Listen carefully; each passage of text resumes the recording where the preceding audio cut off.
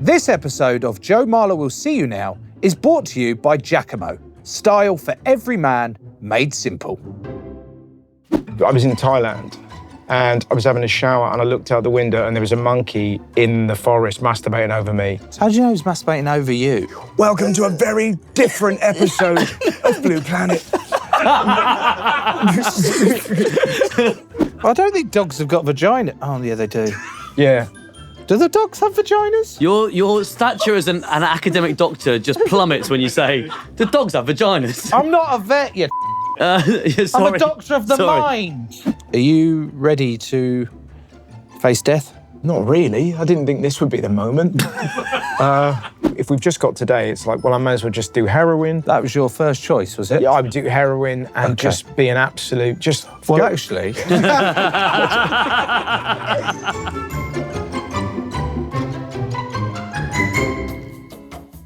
Oh, hello. Thank you for stopping by my office. Welcome. This is Joe Marler Will See You Now with me, Dr. Joe Marler. This is the show where I ask probing questions to celebrities and get to the bottom of what makes them tick. At times, people might get a little bit uncomfortable, but maybe, just maybe, I can help them too. With me, as always, is my lovely assistant, Jake. Jake, how are you? I'm really good. Wow. Yeah. That was such a blue steel sexy look. Well, I'm in a sexy mood. Why are you in a sexy mood? It's another day in this office. It's another day with perfect vision of those glorious set of pins, which are forever in my eyeline. And also, they get a lot of love online, I have been seeing. My pins? Eyeline and online. Your legs get a lot of love online, yeah. And also, the bulge in the trailer as well, people seem to enjoy. The bulge? Yeah. I'll let you into a secret, Jake. Go on. What's that? Sorry. Marbles, they're dead. What, you got rid of them? Dead marbles. Dead marbles? What? No more? Oh no, they're still in there. Yeah, but you don't want any... No, they did they chopped and burnt me, didn't they? Really? Well, you chose to do it, right? What do you mean? Well, you're describing it like a sort of medieval torture tactic, like... Well, it fucking felt like it. But you Didn't put enough of the, anaesthetic in the left one. And then when he went to burn the next bit, I went, oh, God. He went, you all right? I went, no, don't think you put enough there. He went, oh, I'm nearly done now. It's a vasectomy, right? Vasectomy, yeah. Sorry, I glad just we thought in cleared case that we were up. talking about different things, Cool. and it got even further along the way. best- And I was thinking vasectomy, and you were like, no, I just really like getting my balls burnt. It's just a thing that I really get a kick out of. You can make good money on certain websites doing that. So I've heard. Yeah. Have you had a vasectomy, Jake? Have I ever had a vasectomy? No, I'm not having enough sex for that to be an issue. No, I haven't. I haven't really had any sort of major medical operations, procedures. What's the worst thing that's happened to your body? Tell you what, when I was about quite old, actually, 17. Oh, here we go. I had excruciating pain in the right-hand side of my stomach, excruciating. And my mum was like, this is not usual. Like, you are in a lot of pain. We think the appendix is burst. Yeah. And they take me in and they do their x-rays, and it turns out trapped wind. What? You had trapped wind? And then You're like my brother-in-law. Well, why am I like your brother-in-law? He went to... Is he not having a lot of sex?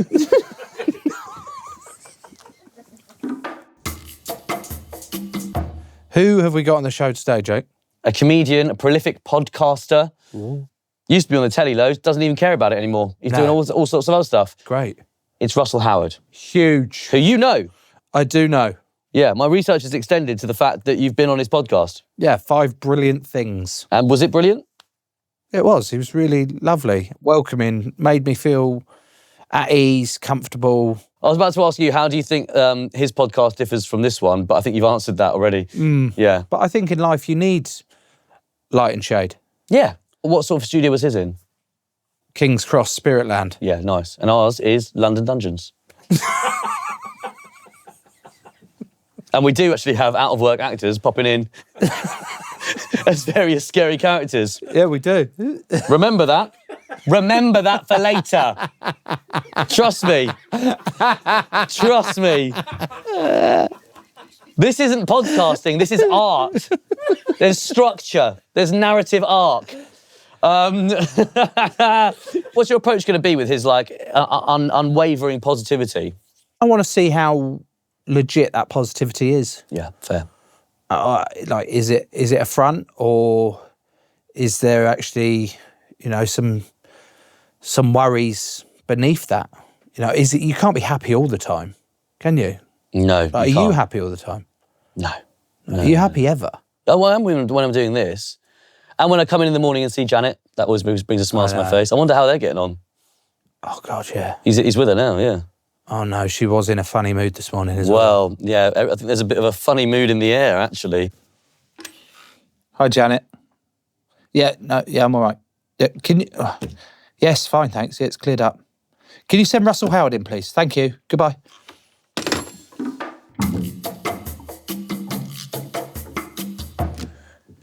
Hello. I'm glad to hear it's cleared up because Janet was showing me some pretty full-on photos. Oh, no. She needs to stop doing that. Yeah, I know, straight away. Check this out. All right, Janet, have a sit down. Welcome, Russell. There's 6 of them. Hello. Thank you so much for coming in. You brought your own coffee. Well, Janet made it for me. Did she? Yeah. Well, I made the coffee for Janet because she was showing me the photo. And I thought, let's both have a sit down and a drink to get through this. Did you put milk in it? Nope. It's good that she didn't put milk in because the only milk she's got is her breast milk. Okay. Have you ever felt tempted to try breast milk? Or have you ever? I'm more than happy to push a shit down a drain of a shower with my bare hands. Yeah. But if breast milk comes anywhere near me, I'm throwing up in your face. Right. What a fantastic answer. But what I loved about that answer is that I just mentioned something that was fairly disgusting and you just went to 100 straight away. And it was so specific, I think you might have done that. Yes, I have. Yeah. You're a filler, aren't you? What do you mean I'm a filler? You fill silence. Oh, yeah, I do, yes. I also want to entertain you. And because I like you. So I think one of my superpowers / illnesses is that I am pretty good at making people like me if I want to like them. So do you not try and entertain people that you don't like? No. What do you do to people that you don't like? Just I'm quiet and then I'm aware that I'm not being what they want me to be. You told me about forcing shit down the drain, which to me means that you're willing to go to places that are beyond small talk. I said, would you try breast milk? And you weren't like, you hit me back with putting shit down a drain. So instantly I'm like, oh, well, this is a kindred spirit. I like you. I like you, man. And I think it's time that I introduce you to my friend Jake. Oh. He's my assistant.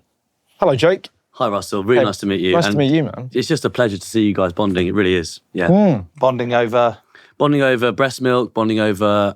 What a book that is. Bonding over breast milk. Yes. Tonight on Channel 5. Yeah, it's really lovely. Do you want to take that? No, it's my friend Jason, and we keep missing each other. Well, let's take it. Jason, this has to stop. I'm in the middle of a podcast with Joe Marler, and yeah, I'll put you on speaker.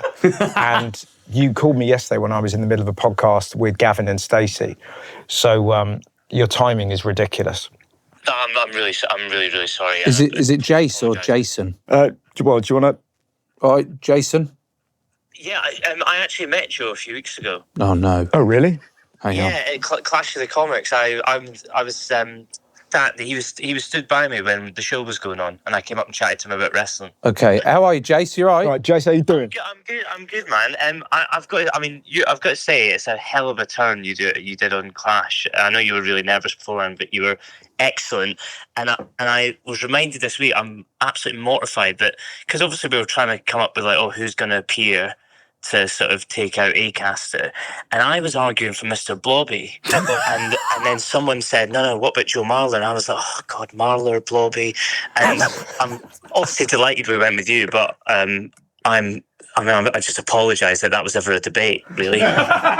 Jason, I cannot thank you enough for your input. I'll speak to you later. See you in a bit. You are Blobby. You played rugby for your country, and now What a fucking range. God, that's funny. Russell, we ask every guest to fill out our intake questionnaire. Okay. Let's begin. Okay. Full name? Russell Joseph Howard. Joseph, like mine. Yeah, I always struggled with the spelling a bit as a kid. Or I Joe struggle Howard. too. I used to say Joe Fish. It's hard, isn't it? Yeah. It's kind of phonetically, it's a tricky one. Josop Hepep. Oh, okay. Imagine if you were called Siobhan. Siobhane. Siobhan. Queeve is a crazy one from Ireland as well, because it's spelled Caimh. I thought queeve was another word for vagina. No, it's queef. That's queef. And a queef is the noise a vagina makes. When air comes out of it Whereas rapidly. it's queef in America because they're polite, whereas in England, it's a fanny fart. The dogs queef. I'll look it up. I don't think dogs have got vagina. Oh, yeah, they do. Yeah. Do the dogs have vaginas? Your stature as an academic doctor just plummets when you say, the dogs have vaginas. I'm not a vet, you twat. I'm Sorry. a doctor of the Sorry. mind. Yeah, exactly. Dogs don't queef. Dogs don't queef. Well, it sounds like a challenge. Tonight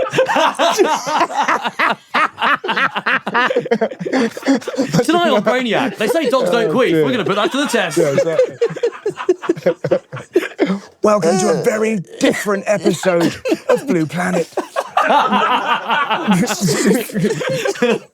I can do whatever I want now, so I'm answering all the questions that you want. Number one, how many monkeys can I wank off in an hour? Seriously, though, how many do you think you could? Or me or him? I'd struggle. I mean, you'd have... Attenborough, I think He's got arthritis, surely. Nah. From it?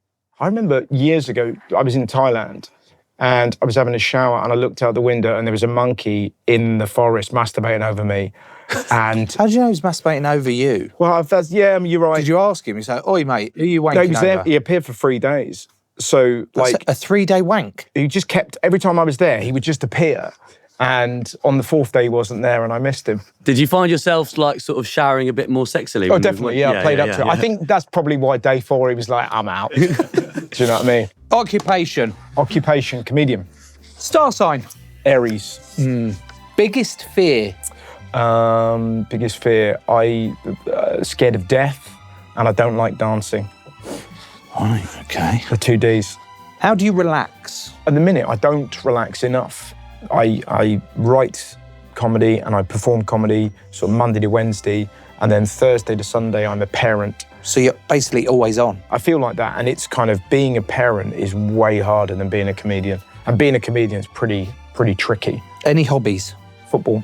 I like playing football, watching football. So I have a season ticket with Liverpool. But mate, you were born I know. in Southwest there now. It baffles all my family, but the thing is, my dad, right, was born in Widnes, so that's near Liverpool. Fucking hell. Exactly, and then basically Fucking hell. he sort of went from that to like so gradually speaking like that.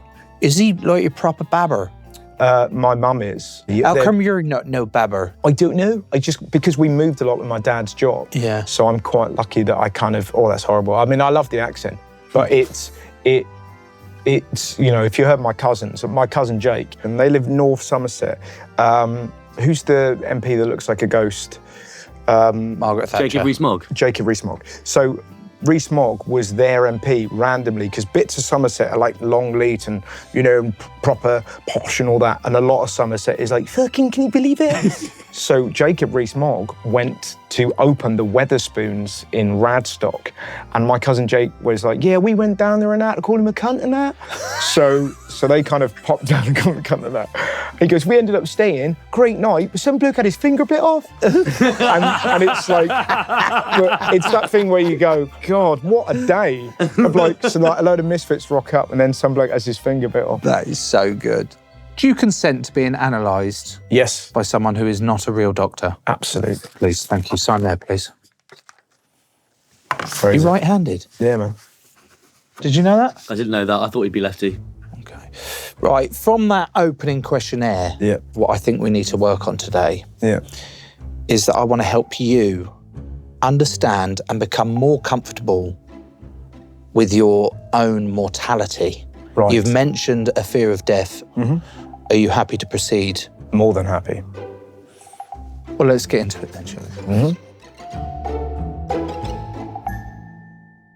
Let's dig into the fear of dying. Now, we've read quite a lot in his file, haven't we, Jake? Yeah. It's loaded with this term biohacking. Yes. Biohacking. Yeah.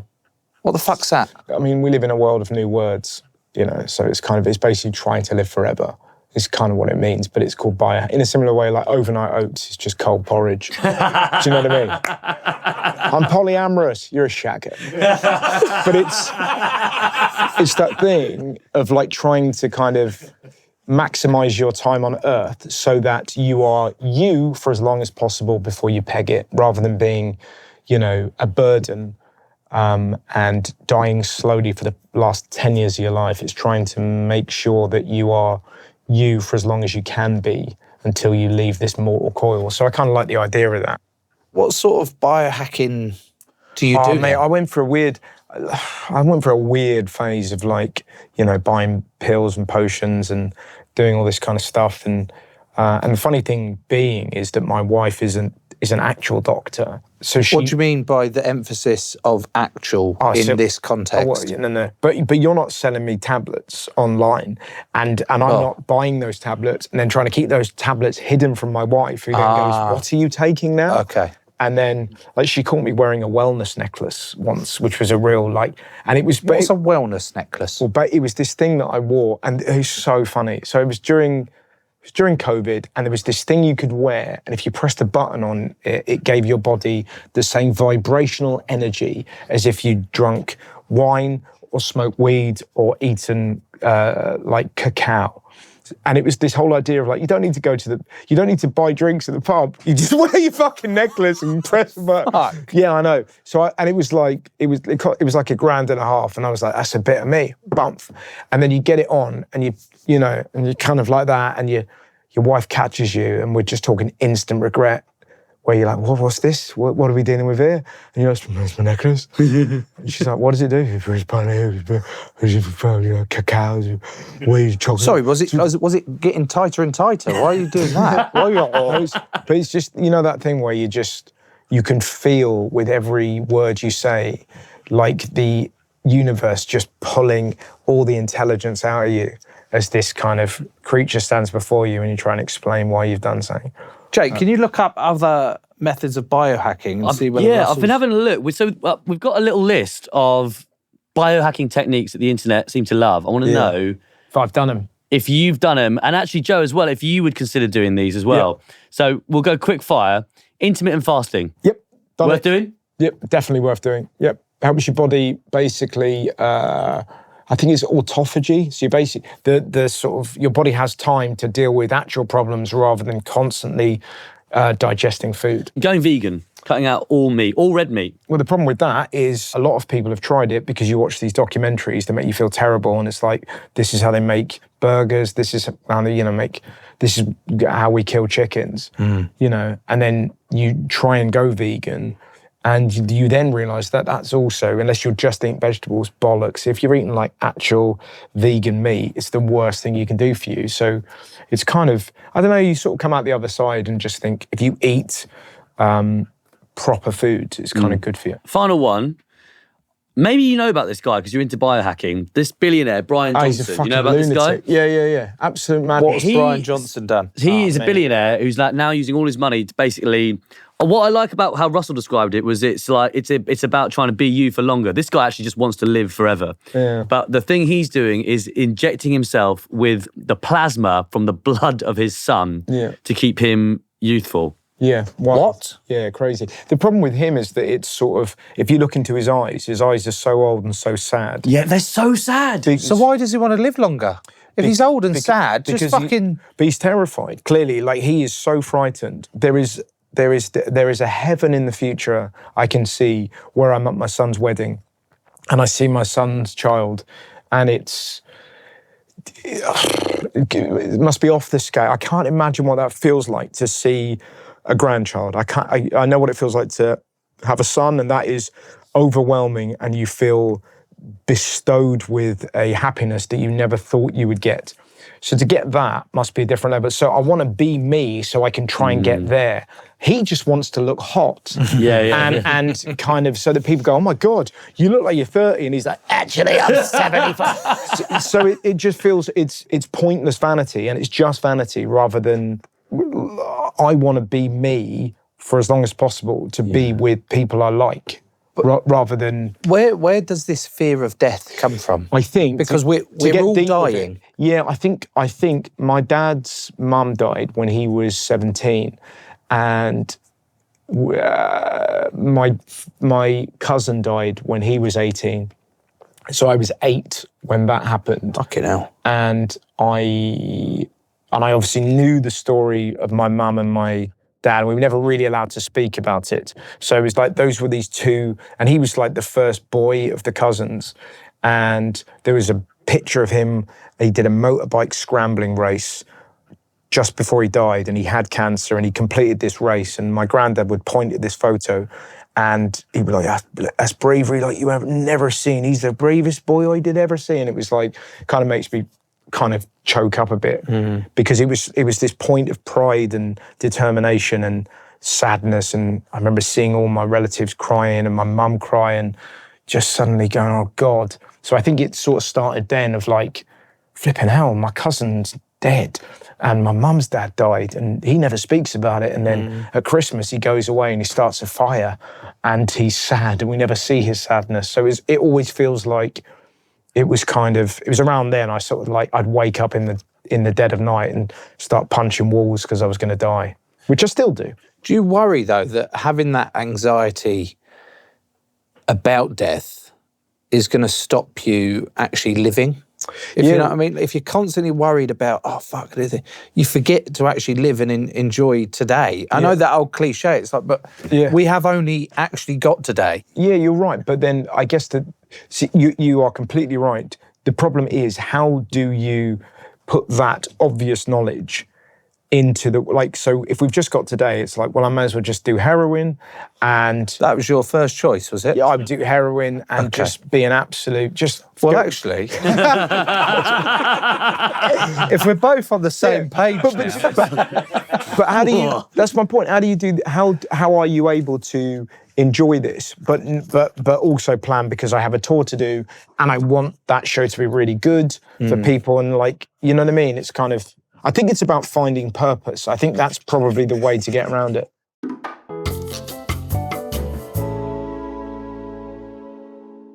Right, before we go any further, let's have a big shout out to our sponsor of this week, Giacomo.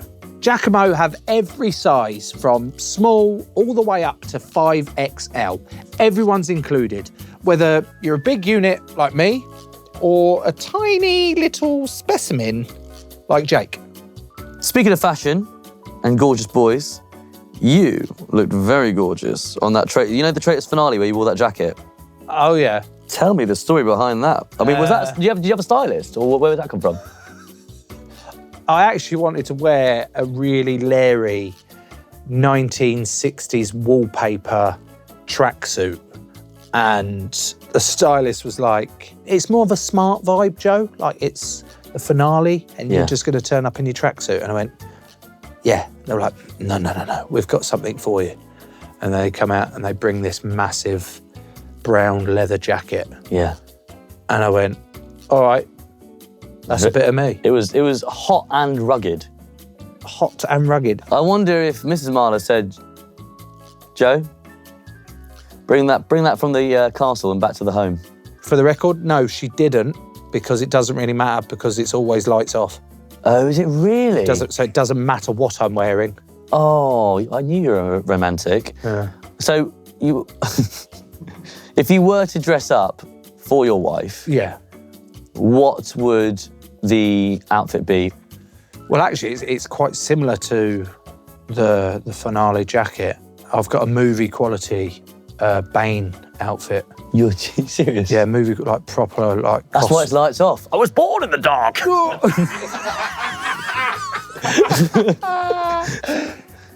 You merely adopted the dark. I was born in it. Oh, I love... It's me. Honestly, it's me. It's not going to be a kissing night. But I think that's, anything that Tom Hardy's been in should be inclined to make me dress up. So it's always lights off, clothes on. Very much so. Well, I think you need to do a bit of shopping at Giacomo, because they're going to have everything you could ever wear. Anything that Tom Hardy's ever worn probably will be sold by Giacomo, because they've got all the brands. Name them. Polo, Ralph Lauren, Boss, Adidas, Calvin Klein, Berghaus, Under Armour, New Balance, Lacoste, all of them. They're all there. Wow. They actually do. Yeah, I mean, I'll go shopping with you if you want. Do it separately. That's fine. That's fine. Giacomo, style and brands for every man.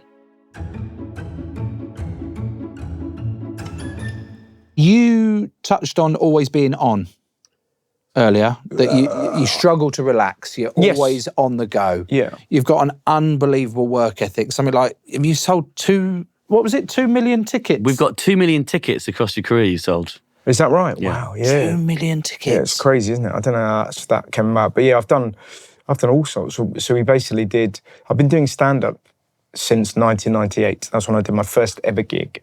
But then also, it's probably how you felt when you found, I don't know if it is actually, but when you find rugby, you kind of go, oh, well, that's what I'll do. And it was a bit like, I found football when I was 10. I was like, well, that's what I'm going to do all the time. And then I kind of found comedy, like I sort of got interested when I was 16. So I've been doing it since then. Are you running from something, or are you chasing a buzz? I'm chasing I'm chasing perfection. I'm chasing that show or that kind of album that is so, there's a comic, Bill Hicks there was an album called Arizona Bay. I would say that, or like Dylan Moran's Monster, or Eddie Izzard's Definite Article, those kind of like forever funny. Maybe I'm chasing that. But do you genuinely think that's achievable? Or do you think you're always... I do. That's the annoying thing. The kind of, the egomaniac in me, like, thinks that I can do this kind of like, particularly live, I can kind of get people in a pocket and just be on it and really funny. Sort of, it's that weird thing, I think, down the years doing TV. I think because my face is so kind of like, I mean, it's obviously now I look like a pickled onion, but as a younger man... you think you look like a pickled onion? Well, when I was sort of, inadvertently, I think when I was sort of about 26, I was like quite a pretty young boy, and I looked a bit boy bandy and all that. And I think that, and I understand, that would be fucking annoying to see this kind of chirpy, hey, hello. And I think people are very often put off by my face. But if I can get them in the room, I can win them over. I don't see that. But you're lovely looking. Yeah, but that's a different thing. You don't look like a pickled onion. I like pickled onions, but okay. I don't think you look like one of them. But again, this is the thing, isn't it? Of like your self-perception is that how we perceive ourselves is a really interesting thing. And most comics have this kind of dual thing of thinking. I mean, you have to have like a sort of weird confidence to go, I think I'm really funny, but then you also have this crippling self-doubt of like, well, I'm shit. And you kind of oscillate between these two things. And weirdly, those two skills make you good. Because I think if you were like, I know I'm great all the time, you'd be shit. But it is that thing where you can have a gig and, friends of yours will be there, oh, it was good. And I'll be like, it was absolute wank what you took, like, and real like fucking shit. And, but that annoyingly is how you kind of get better. What about other highs in your career? You've sold over 2 million tickets, or you've had great sellout tours, but you also were named as Heat Magazine's 2013 Weirdest Crush. Yes. You were 1, John Richardson was 2. No, the Stig was 2. The guy who wears a helmet? Yeah, the guy with no face. So it shows you the competition I was up against. Okay, but you won number 1. I did, yeah. I was... How did that make you feel? Awful.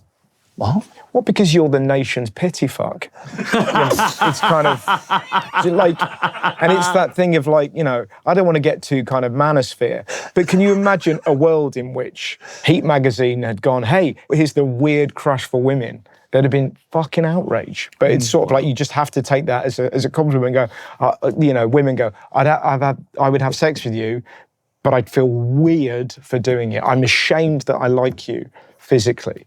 So, yeah, that's kind of, I don't know, again, it sort of plays into this, what? I'm the weird crush, I've won.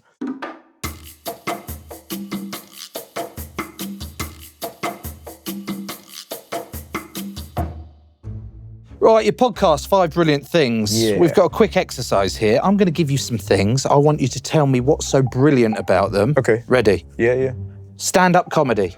What's brilliant about it is that it's as far from creativity through committee that you can get. If you have a thought, you can explore it, and the audience acts as this phenomenal jury, and they let you know how and if it's funny. And laughter is like this beautiful societal orgasm, and it can make people kind of convulse and be together. It's the best. And it's a mechanism through which you can do life, because if something awful or weird or peculiar or happy happens, you have this kind of outlet where you can talk about your thoughts with strangers and feel less mad. God, that's a good answer. If I do say so myself. Really Yeah. That was huge. But yeah. Bristol. What's great about Bristol, it's a really great big little city. It offers so much, but it doesn't feel too vast that it's sort of scary or there are bits I'm not doing. It feels like you can do every bit of it. Piers Morgan. Well, what's brilliant about him, it teaches you, it's a real test, that you can, like, there's always money to be made if you're willing to put your identity in an easily manipulated economic area. Global warming. What's brilliant about global warming is it has given Greta Thunberg something to do, and it means people who make wheelie bins can now make green ones and blue ones. Serial killers. They have given entertainment to white middle-class women. And in some cases, they've given them the phrase murderino, which means, if you're into sort of true crime, you call it murderino, which is a really cute name for being into something proper grisly. Do you know what I mean? Finally. Yeah. Death. The only good thing about death is you get to say, hopefully you get to say farewell to people you adore and try and find words to sum up how much they mean to you. Maybe that's the only good thing. Like at my granddad's funeral, I did his eulogy. And I worked really hard on that to try and sum up. I'm not sure I necessarily did it, but it's quite a good exercise to kind of try and write. It's sad, innit, that we only get to write eulogies for people when they're gone, rather than being able to kind of tell them what they mean to us. Yeah, but because We don't have to. No, we can actually tell people. But if you're British, it's that weird thing of like, I better not tell that person who I love how much I love them in case they think I'm a dick. That's fucking weird, isn't it? But in it, it's sort of it's that odd. And I sort of get this. I was talking to a friend of mine who's a singer, and we kind of we met at a charity football game, and I really liked his music. I was so nervous to say, I really like your music, by the way, because you just carry this kind of weird British weight upon you that, everyone will think I'm a dick, so I better not say anything. I'll just sit in the corner. And then arrogance and shyness look exactly the same. And you sort of realise something has to click in you to kind of go, right, I will go over and I'll say I like his music, and that's done. You must have that as well. You must have met people where you just go, why can't I... But there is this horrible inbuilt British thing in us that you're like, they'll think I'm a dick. Maybe you guys could tell each other how you feel about each other now while you're here. Oh gosh, I'll start. I like you. Hey, I didn't consent. Okay. It's been a lot of ground cover today in my quest to help you come to terms with morality. Mortality. Yeah. Well, we were talking about queefing dogs. So it's definitely a grey area. There's one final exercise I would like you to take part in. Okay. And the final exercise I've got for you is... Russell Roulette! Right then. What happens? Are you ready to face death? Wow. Not really. I didn't think this would be the moment. Can I not call my wife? Send a message to my son? No, apparently not. Yeah, I'm going to face death. I've thought about it. Jake. Are we allowing phone calls? No, I don't think we've got time No, for it's it. not. Sorry. Bring in Grim. Welcome, Grim. Oh, hello. Whoa!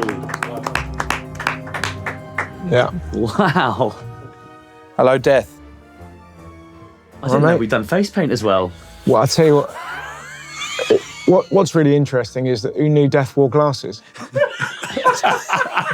Yeah, totally. That makes complete sense. Russell, are you ready for Russell Roulette? I am, yes. Right, let's set up Russell Roulette then. How you feeling, Russell? Pretty good. How you feeling, Dev? Great, silent type. This works by taking it in turns to take a sip from each of these bottles. 4 contain the elixir of life, also known as water. 1 bottle contains the elixir of death, also known as fish sauce. Russell, you will be going first. Okay. Well, as a nod to the way the world is going, I'm going to go for the far right. It's water. Congratulations, Russell. You have survived. Great. For now. For now. Death, your turn.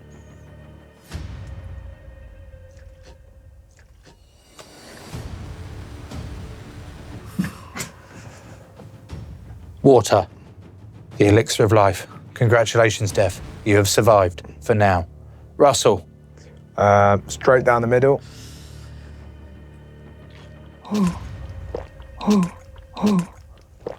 That's a nice bit of water. Toying with us. Yeah. Well played. Congratulations. You've become Claudia Winkleman. Death. There's only 2 bottles left. And my maths tells me that's 50-50. Choose.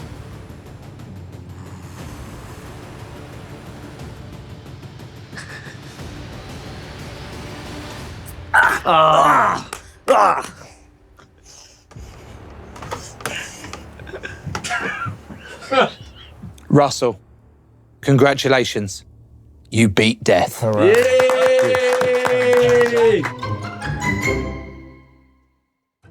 I believe now, because you've conquered death, you can go forth with a slight reduction in fear of death, Thank you. which will come to us all. Yes. Before you go, we're going to give you a badge, Oh, just to great. remind you of your session. Thank Jake, you. have we got a badge? We decided that we want you to live. We know you like to laugh, and we want to enforce live. So it's live, laugh, live. Oh, great. The 3 L's. There you go. Oh, thank you. Also, you get a lolly. Oh, thanks, man. I'm going to go for a red one, if I may. Red. Thanks, man. Usually signals danger. Yeah, but it's the colour of Liverpool shirt. Thank you. You'll never walk alone. Oh, there you go. My man. What Go fun. forth. Thank you. Russell Howard. Hey! If you want to join the Doctor's Waiting List, please subscribe to our YouTube channel and follow us on Instagram @We'll See You Now Show. Remember, unless it's not clear enough already, I'm not a real doctor. If you need any professional help, you'll find a link to great support services on our Instagram. I've been Joe Marler, and this has been Joe Marler Will See You Now, presented by Giacomo. Bye-bye.